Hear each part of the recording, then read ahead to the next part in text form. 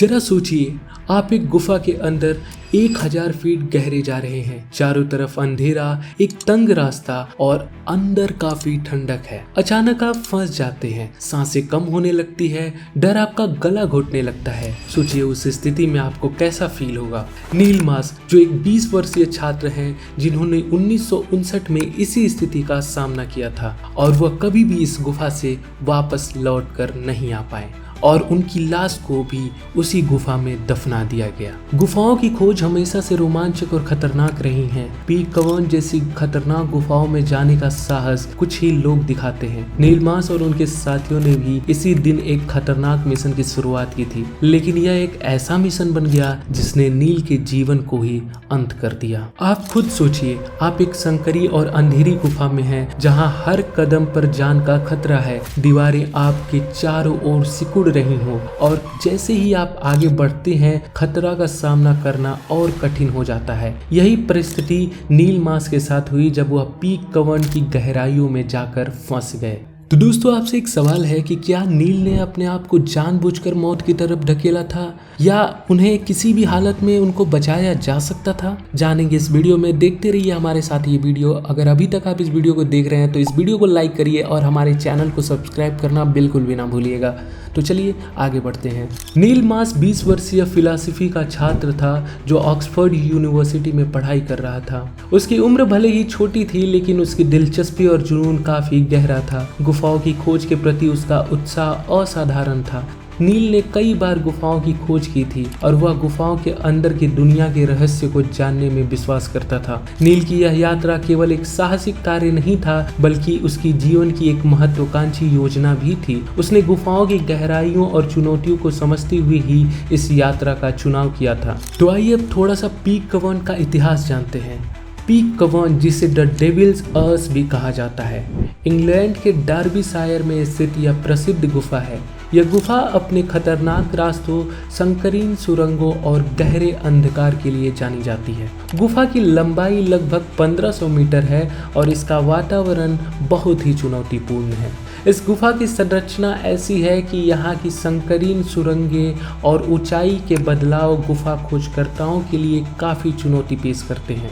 यहाँ कई बार बचाव कार्यों की आवश्यकता पड़ी है और इस गुफा में खोज की गई चीजें अक्सर विज्ञान और भूविज्ञान के अध्ययन का विषय रही हैं। नील और उसकी टीम का मिशन था पीक कवन के एक अज्ञात हिस्से का खोज करना। इस समय तक गुफा के कई हिस्सों का पता लगाया जा चुका था, लेकिन टीम ने एक नए और पहले से अनदेखा फिशर यानी संकरी गुफा को ढूंढ निकाला था। यह मिशन इसलिए जोखिम भरा था क्योंकि गुफा के अज्ञात हिस्सों में जाना हमेशा खतरनाक होता है और संकीर्ण सुरंगें, अव्यवस्थित रास्तों के बीच में यह जानना कठिन हो सकता है कि कौन सा रास्ता सही है और कौन सा खतरनाक। लेकिन नील और उनकी टीम ने यह जोखिम उठाया ताकि वे गुफा की नई खोज कर सके और शायद कुछ नए रहस्यों से रूबरू हो सके। 22 मार्च 1959 का दिन था जब नील मास और उनके साथियों ने पीक कवन की एक महत्वपूर्ण यात्रा शुरू की। यह दिन उनके लिए एक नई शुरुआत था, लेकिन इस यात्रा की चुनौती काफी बड़ी थी।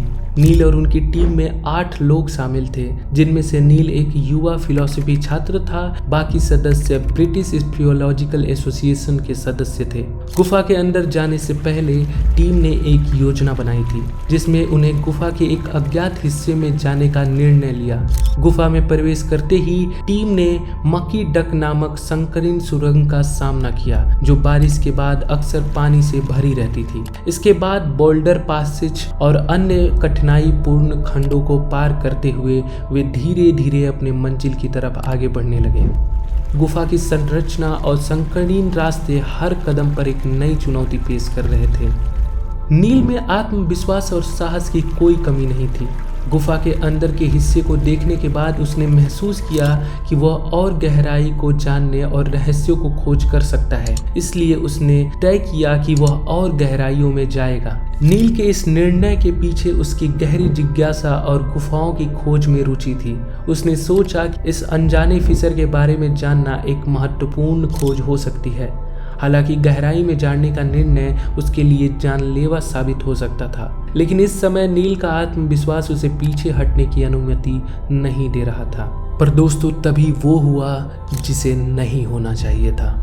नील मास उस गुफा में फंस गया। तो दोस्तों, नील मास के फंसने का मुख्य कारण गुफा के भीतर की खतरनाक और संकरी संरचना ही थी।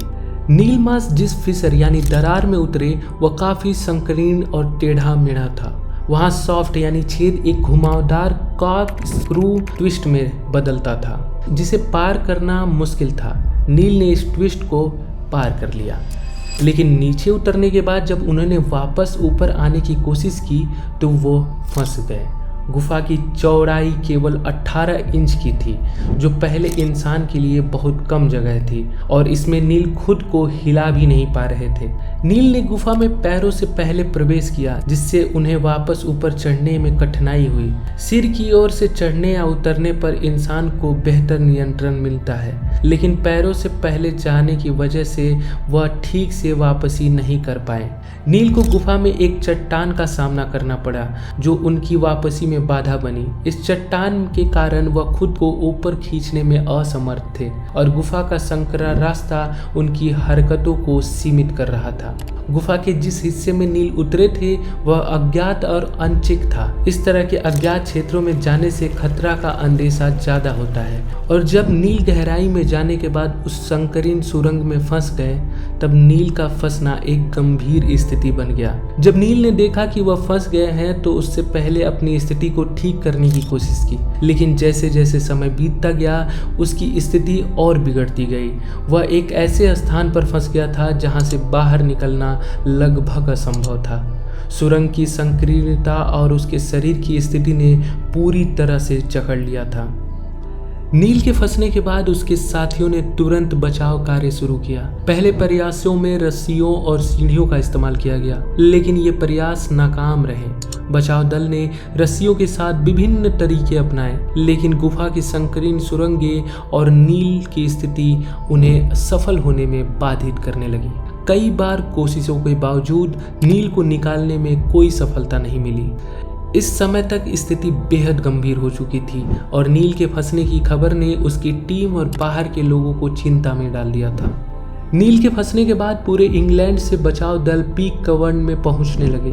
इस संकटपूर्ण स्थिति का हल करने के लिए तत्काल और व्यापक प्रयास किए गए। सैकड़ों स्वयंसेवकों, विशेष रूप से अनुभवी गुफा खोजकर्ताओं, रॉयल एयरफोर्स, पुलिस और नौसेना के सदस्य गुफा में प्रवेश करने के लिए जुटे। उन्होंने अत्याधुनिक तकनीकों और उपकरणों का इस्तेमाल किया, जैसे कि लंबी रस्सियां, ऑक्सीजन सिलेंडर और विशेष उपकरण जो संकीर्ण सुरंगों में इस्तेमाल किए जा सकते थे। बचाव दल ने गुफा के अंदर की स्थिति को समझने के लिए कैमरा और अन्य उपकरणों का भी उपयोग किया। उन्होंने नील को बाहर निकालने के लिए विभिन्न तरीकों को अपनाया, लेकिन गुफा की जटिल संरचना और स्थिति ने उनकी कोशिशों को मुश्किल बना दिया था। जैसे जैसे समय बीतता गया, गुफा के ऑक्सीजन की कमी एक गंभीर समस्या बन गई। नील के फंसने के स्थान के पास के वायु गुणवत्ता में तेजी से गिरावट आई, जिससे न केवल नील बल्कि बचाव कर्मियों को भी कठिनाइयों का सामना करना पड़ा। 3 बचाव कर्मी जो गुफा में नील के पास पहुंचने में प्रयास में गए थे,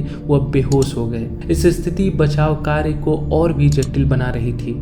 गुफा में ताजे वायु की कमी ने सभी प्रयासों को मुश्किल बना दिया, और हर एक मिनट कीमती हो गया था। ऑक्सीजन की कमी के कारण बचाव कर्मियों की स्थिति और बिगड़ गई, और उन्हें अपने प्रयासों को फिर से समन्वित करना पड़ा। नील के आखिरी क्षण बहुत ही दर्दनाक थे। जैसे जैसे समय बीतता गया, नील की आवाज़ धीरे धीरे मंद होती गई। वह अपने साथियों से बात करता रहा, अपने हालात को बताते हुए और उन्हें आश्वस्त करने की कोशिश करता रहा। उसकी आवाज़ में धीरे धीरे थकावट और हताशा झलकने लगी। बचाव कर्मी नील के पास पहुंचने में नाकाम रहे, और गुफा की स्थिति नील की जीवन रेखा को और भी संकुचित कर रही थी। नील की स्थिति को सुधारने के प्रयास के बावजूद उसकी हालत और बिगड़ती जा रही थी। अंततः उसकी आवाज़ पूरी तरह से सुनाई देना बंद हो गई। नील के अंतिम क्षणों में उसके शारीरिक और मानसिक स्थिति का अनुमान लगाना बहुत ही कठिन था, लेकिन उसके साहस और संकल्प ने इस त्रासदी को और भी दुखद बना दिया। 24 मार्च 1959 को डॉक्टर हेक्यूट ने नील मास की मौत की आधिकारिक घोषणा की। यह उस समय का एक बेहद कठिन क्षण था जब डॉक्टर को बिना नील के शरीर को देखे ही उसकी मृत्यु की पुष्टि करनी पड़ी। ऑक्सीजन की कमी और संकीर्ण सुरंगों में फंसे होने के कारण नील को बचाना असंभव हो गया था। नील के पिता एरिक मास, जो इस दर्दनाक स्थिति को बाहर से देख रहे थे, उन्होंने एक बेहद ही कठिन निर्णय लिया। उन्होंने बचाव दल से अनुरोध किया कि नील के शव को गुफा में ही छोड़ दिया जाए ताकि और किसी की जान को खतरे में ना डाला जा सके। यह निर्णय भले ही दर्दनाक था लेकिन बेहद व्यवहारिक था, क्योंकि गुफा की जटिल परिस्थितियों में और लोगों की जान जोखिम में डालने का कोई फायदा नहीं था। नील की मृत्यु के बाद इस हिस्से को गुफा के अंदर ही सील कर दिया गया। इसे अब मॉस चेंबर के नाम से जाना जाता है, नील मॉस की याद में। इस जगह को आप एक ऐसी गुफा का प्रतीक मान सकते हैं जो त्रासदी में बदल गई थी, और इसका नाम उन खतरों की याद दिलाता है जो गुफाओं की खोज में शामिल होते हैं। गुफा को सील करने के साथ ही गुफा खोजकर्ताओं और साहसिक यात्रा करने वाले के लिए यह घटना एक मजबूत चेतावनी बन गई। आज भी पीक कवर्न और मास चेंबर नील मास की साहसिक यात्रा और उसके दुखद अंत की गवाही देता है। इस घटना ने गुफा खोजकर्ताओं को यह सिखाया है कि चाहे जितना भी जुनून हो, सुरक्षा का ध्यान रखना सबसे महत्वपूर्ण होता है। गुफाओं की खोज में लगे साहसी व्यक्तियों के लिए यह घटना एक अस्थायी चेतावनी बन गई कि जोखिम को कभी भी हल्के में नहीं लेना चाहिए। नील मास की मौत ने गुफा खोज के दौरान सुरक्षा मानकों को बढ़ाने की दिशा में एक अहम भूमिका निभाई। तो दोस्तों, आपसे हम पूछना चाहते हैं कि क्या नील मास की जान बचाई जा सकती थी? क्या वह एक ऐसी गलती का शिकार हुआ जिसे रोका जा सकता था? यह घटना हमें यह सिखाती है कि साहस और जोखिम के बीच एक बहुत ही बारीक फर्क होता है।